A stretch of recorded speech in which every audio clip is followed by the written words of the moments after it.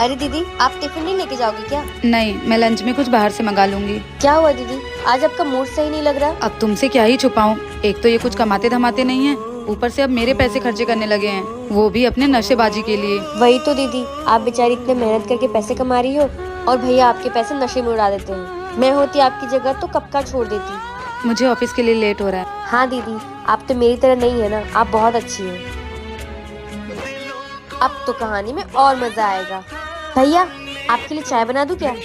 नहीं नहीं, मेरा मूड नहीं है। क्या हुआ भैया, आज सुबह से देख रही हूँ आप बहुत परेशान बैठे हो। हाँ, वो मेरी गलती है, उससे बिना पूछे उसके अकाउंट से पैसे निकाल दिए। क्यों, क्या हुआ? इतना तो हक था ही आपका, लेकिन दीदी को क्या ही बोल सकते हैं। जब दीदी आपको अपना ही नहीं समझती है तो एक काम कीजिए, आप कुछ बेच के उनको पैसे दे दीजिए रिटर्न।